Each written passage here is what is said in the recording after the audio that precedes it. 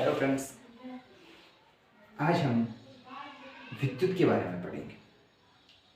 Class 10th में 12वां chapter है विद्युत।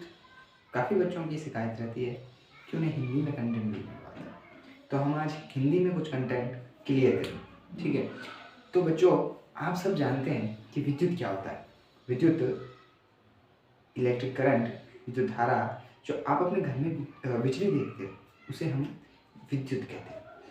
विद्युत फिजिकली क्या है, डेरिवेशनल क्या है, साइंस के हिसाब से क्या है, वो हम पढ़ेंगे।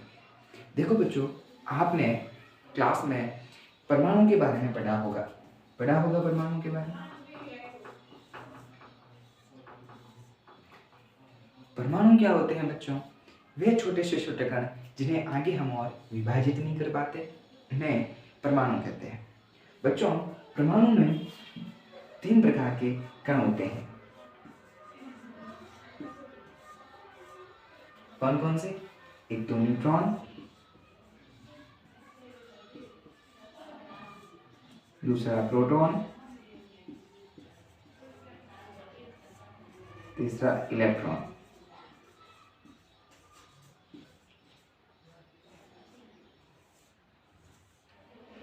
बच्चों, आप सब जानते हैं कि इन 3 कणों का क्या महत्व है। इन 3 कणों पे क्या क्या आवेश होते हैं। देखो बच्चों, न्यूट्रॉन पे हमेशा न्यूट्रल आवेश होता है, मतलब कि उदासीन, और प्रोटॉनों पे पॉजिटिव आवेश होता है, धनात्मक आवेश।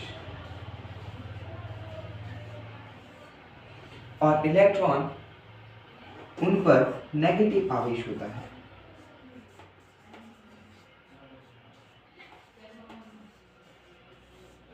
अब बच्चों, आपके मन में एक सवाल होगा कि आवेश क्या होते हैं। जाहिर सी बात है, आप सबके मन में सवाल होगा कि आवेश क्या होते हैं।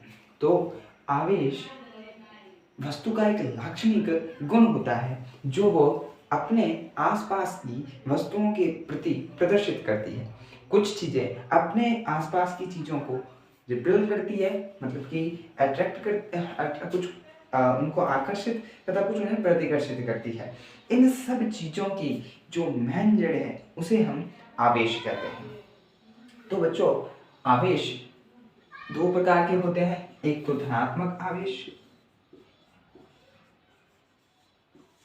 एक ऋणात्मक आवेश। हमें पढ़ना है ऋणात्मक आवेशों को, क्योंकि हमारे पास विद्युत धारा है और विद्युत धारा पदार्थ में उपस्थित परमाणु के इलेक्ट्रॉनों की गति के कारण होती है। भाई क्यों होती है? हमने ये पढ़ा कि परमाणु में 3 कण होते हैं, न्यूट्रॉन, प्रोटॉन और इलेक्ट्रॉन, लेकिन इन तीनों में से गतिशील कण केवल इलेक्ट्रॉन होते हैं। हम जानते हैं कि केवल इलेक्ट्रॉन ही ऐसे कण हैं जो परमाणु में गति करते हैं। बाकी सारे कण, न्यूट्रॉन और प्रोटॉन, ये नाभिक में स्थित होते हैं। परमाणु के सेंटर में न्यूट्रॉन और प्रोटॉन रखे रहते हैं, जबकि इलेक्ट्रॉन निश्चित कक्षाओं में परमाणु के चारों ओर गति करते रहते हैं। इसे हम इस प्रकार समझ सकते हैं।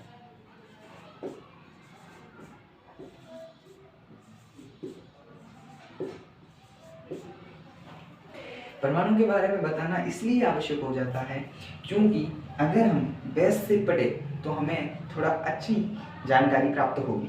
देखो कि इलेक्ट्रॉन्स है वो परमाणु में गति करते हैं, और ये भी हम जानते हैं कि प्रत्येक चालक जो बना हुआ होगा वो किसी न किसी पदार्थ, किसी न किसी धातु से बना होगा। जानते हैं हम कि प्रत्येक चालक किसी न किसी धातु अथवा पदार्थ से बना होगा। अब जो चालक बना हुआ है उस चालक में धातु के परमाणु होते हैं, ना कि धातु। प्रत्येक धातु छोटे छोटे कणों के परमाणुओं से बनी हुई होगी, छोटे छोटे कणों से बनी होगी। देखो भैया कि हम है ना किसी चीज को एक कंपाउंड में ले तो वो हमें जहां प्रतीत होगी वो प्रत्येक चीज छोटे छोटे टुकड़ों से बनी हुई होगी। अगर उन्हें हम थोड़ा सा बांटे तो एक छोटे छोटे संगठन, छोटे छोटे कण मिलकर एक बहुत बड़ा संगठन बना देते हैं, जिसे हम विजिबल करते हैं। ठीक है, तो धातु का चालक छोटे छोटे कणों के परमाणुओं से बना हुआ होगा और उन परमाणुओं में इलेक्ट्रॉन्स होंगे, इलेक्ट्रॉन्स होंगे। ये इलेक्ट्रॉन्स अपने पर बल लगाने पर गति करेंगे और इस गति के कारण जो इफेक्ट उत्पन्न होता है, जो प्रभाव उत्पन्न होता है, उसे हम विद्युत धारा कहते हैं। उसे हम विद्युत धारा कहते हैं। दोस्तों जो इलेक्ट्रॉनों के या आवेशों के, इलेक्ट्रॉनों पर जो आवेश होता है, उन आवेशों के जो प्रवाह की दर होती है उसे हम विद्युत धारा कहते हैं या विद्युत कहते हैं सिंपल भाषा में। तो अब हम इसकी परिभाषा भी लिखेंगे।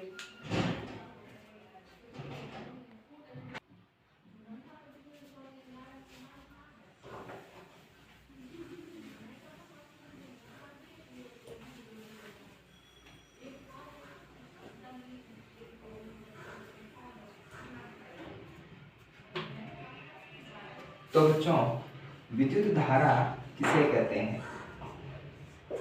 हम बोर्ड के प्रोस्पेक्टिव से पढ़ रहे हैं तो हमें हर चीज की डेफिनेशन आनी चाहिए, हर चीज की परिभाषा हम क्लियर करते चलेंगे। तो देखो, आवेशों के प्रवाह की दर को विद्युत धारा कहते हैं। आवेशों के प्रवाह की दर को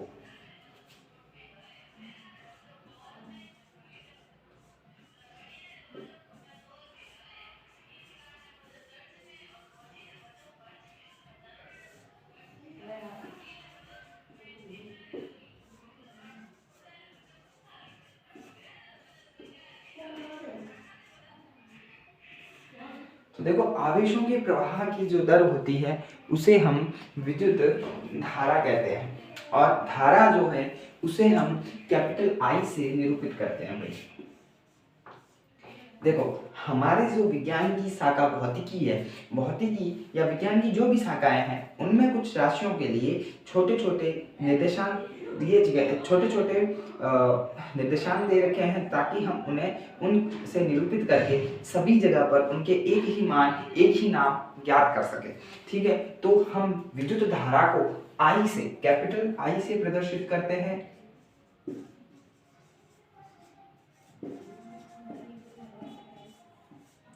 बच्चों अगर मैं कहूं कि मैंने एक चालक ले रखा है ए और उस चालक में से Q आवेश प्रवाहित कर रहा हूं और उन Q आवेशों को प्रवाहित करने पर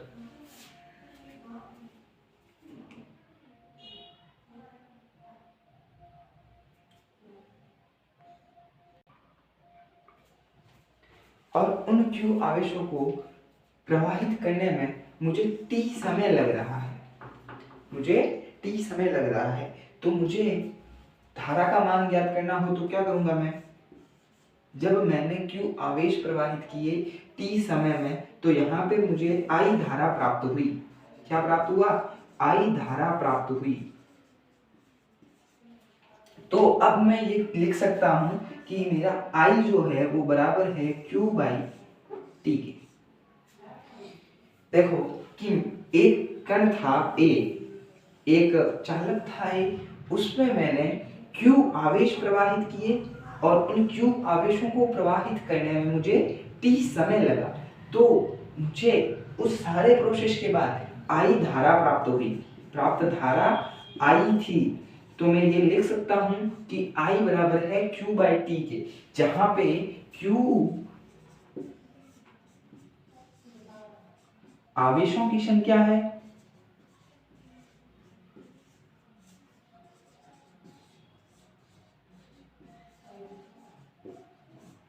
तथा T प्रवाह में लगा समय है।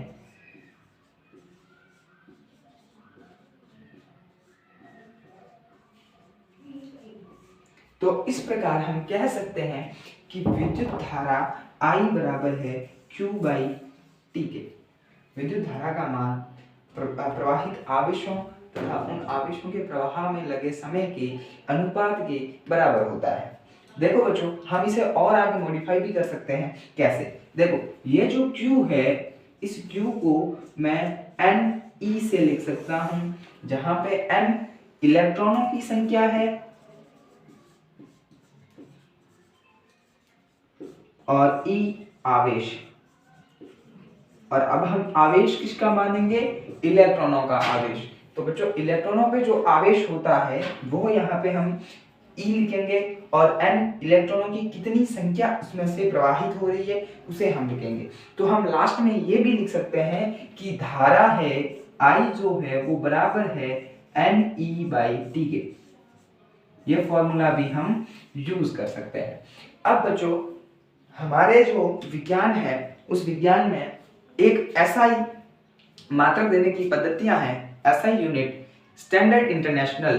तो उन्होंने क्या किया कि जहां भी रहे वहां पे धारा का एक ही मात्रक हो, वहां पे हमें कुछ कंफ्यूजन ना हो, इसलिए उन्होंने धारा के लिए एक मात्रक दे रखा है। उन्होंने सभी राशियों के लिए एक एक मात्रक दे रखे हैं। तो उन्होंने एक धारा का मात्रक दे रखा है और धारा का वो मात्रक है एम्पीयर। तो बच्चों, हम धारा को एम्पीयर में मापते हैं। देखो, मैं लिख रहा हूं सही से ताकि आपको स्क्रीनशॉट लेने में आसानी हो सके। देखो बच्चों, अपने नोट्स जहां तक हो सके खुद बनाओ, ठीक है?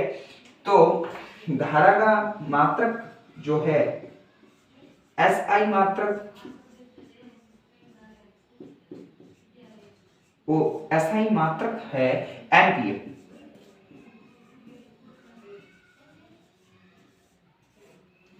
धारा का SI मात्रक एम्पीयर है, उसे AMP से भी हम प्रदर्शित कर सकते हैं। तो अब हमें यही ध्यान रखना है कि धारा, आवेशों की प्रवाह की दर को विद्युत धारा कहते हैं तथा इसे I से प्रदर्शित करते हैं। यह भी मैं लिख रहा हूं यहाँ पे बच्चों कि धारा को I से